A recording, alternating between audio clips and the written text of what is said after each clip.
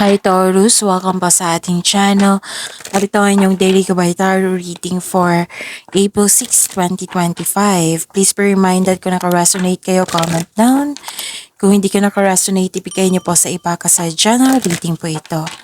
This is for you Taurus ngayong April 6, 2025.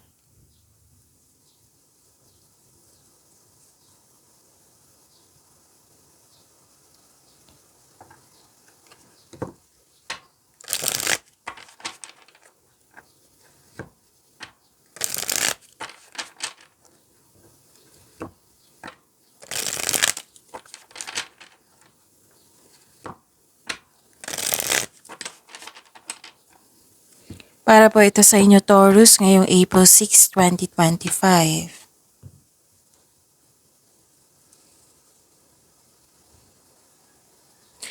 Maraming salamat po sa inyong patuloy na suporta at maraming salamat din po sa mga hindi nag-skip ng ads. Gamitin ang reading na ito bilang gabay lamang sa mga hindi pa nag-subscribe, subscribe na po kayo at click bell notification para malaman nyo na may bago tayong video. Para sa mga gusto magpa-reading po, may lumabas dyan sa screen nyo ngayon. Panoorin nyo po at sundin ng instruction.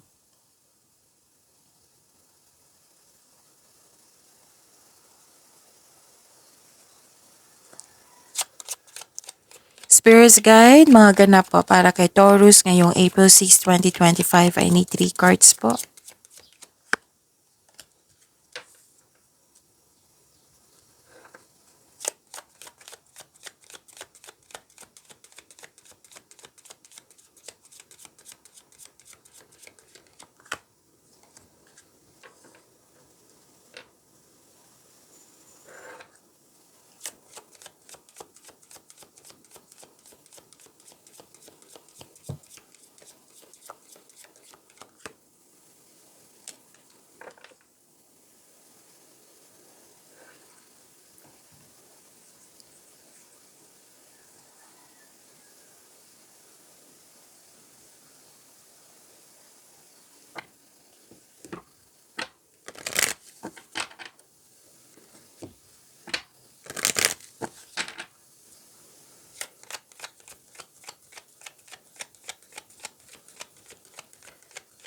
Spirits Guide, mga mensahe pa para kay Taurus ngayong April 6, 2025 ay need 2 cards po.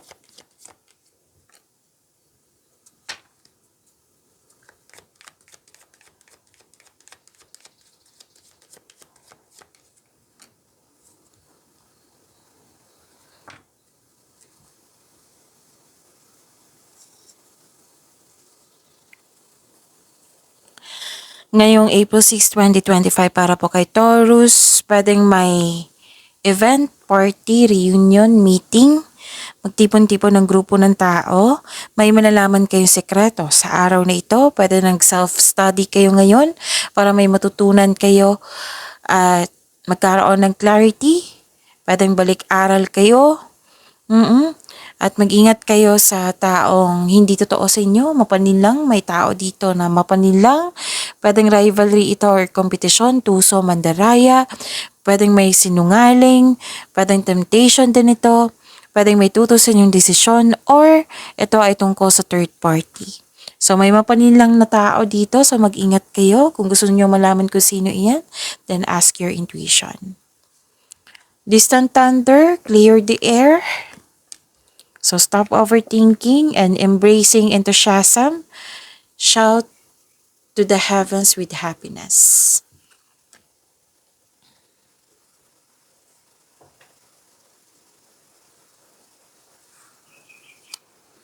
Spirits Guide, energy po ni Taurus ngayong April 6, 2025 I need 2 cards po.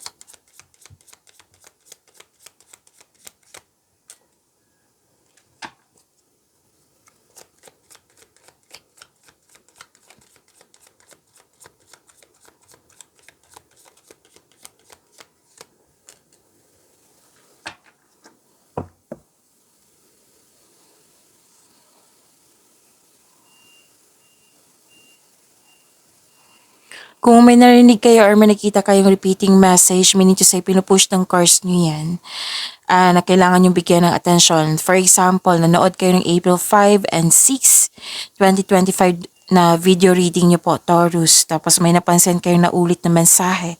So, meaning to say, pinupush ng cards nyo yan na kailangan yung bigyan ng atensyon, solusyon, at aksyon kung maaari po. Remember, Taurus, at the end of the day, alam mo na ikaw lang taong may kakayahan at responsable na gumawa ng sarili mong katotohanan at kinabukasan. So, ano yung energy ni Taurus?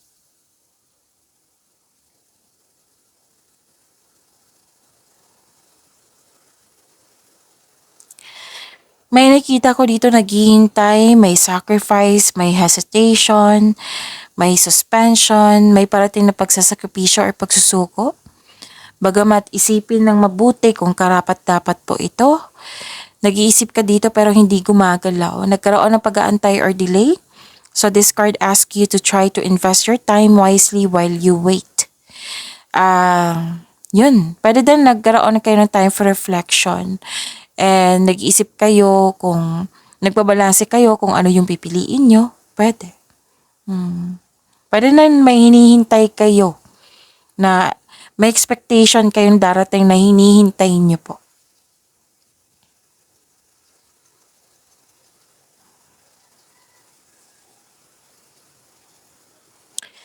And mag-ingat kayo sa taong masakit kong magsalita. Pwedeng nang dahil sa kanya nawalan kayo ng nawalan kayo ng gana or nawalan kayo ng confidence. Mag-ingat kayo sa paggawa ng plano. Kasi may nakita ko ditong pagsisisi kasi hindi gumawa ng plano. So, yun. Pwedeng yung sabi dito, may selos, inggit, paranoid, kulang sa pasensya, may concern sa kanyan.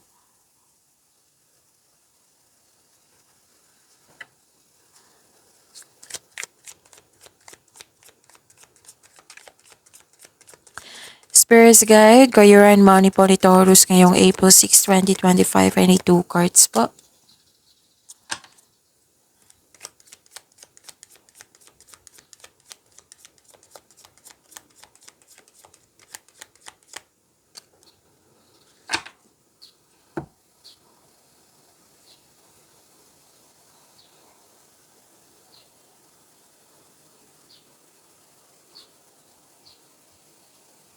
Sa Korean money niyo po, magkinig po daw kayo sa inyong intuition kasi some of you hindi nakinig sa inyong intuition kasi nag-overthink or nag-overanalyze. Yung sabi ko kanina sa inyo kanina na kailangan yung stop yung overthinking, yung clear the air. Kailangan yung mag-stop ng overthinking na yan kasi nakaka-drain niya ng energy. Okay? So, may nangyari po daw na parang in-ignore nyo. So, sabi ng card dito, bigyan ng atensyon at bigyan ng solusyon. Huwag nyo po daw iwasan.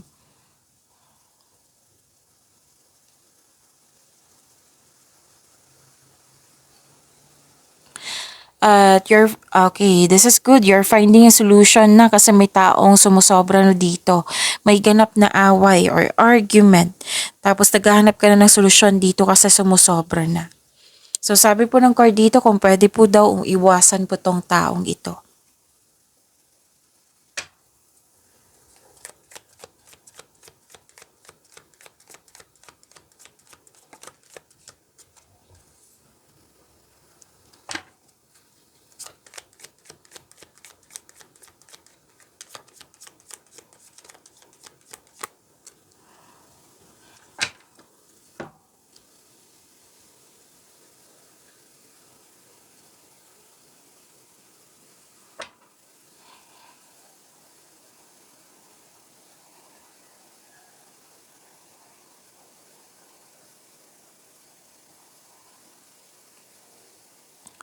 Okay.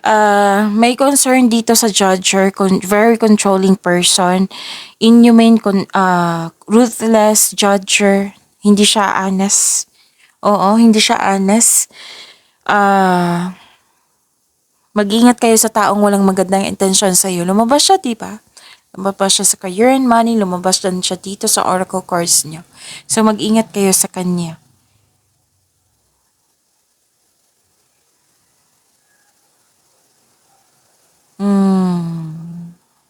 Pwedeng may na-stuck kayo sa nakaraan. Pwedeng nagkaroon ng delay sa mga plano mo. You're feeling trapped. So, kailangan na, ang advice according nyo dito, kailangan nyo i-accept at mag-move forward kayo. Kasi hindi na yan mababago yung nakaraan yung mga nangyari na. Kailangan mo lang itong tanggapin na nangyari na ito at kunin mo yung learnings mo sa nakaraan. Okay? Pagyamanin niyo po yung blessings sa binigay sa inyo, Taurus. See you tomorrow. Please like, subscribe, and click the button for notification para updated po kayo sa daily tarot reading natin. Maraming salamat po.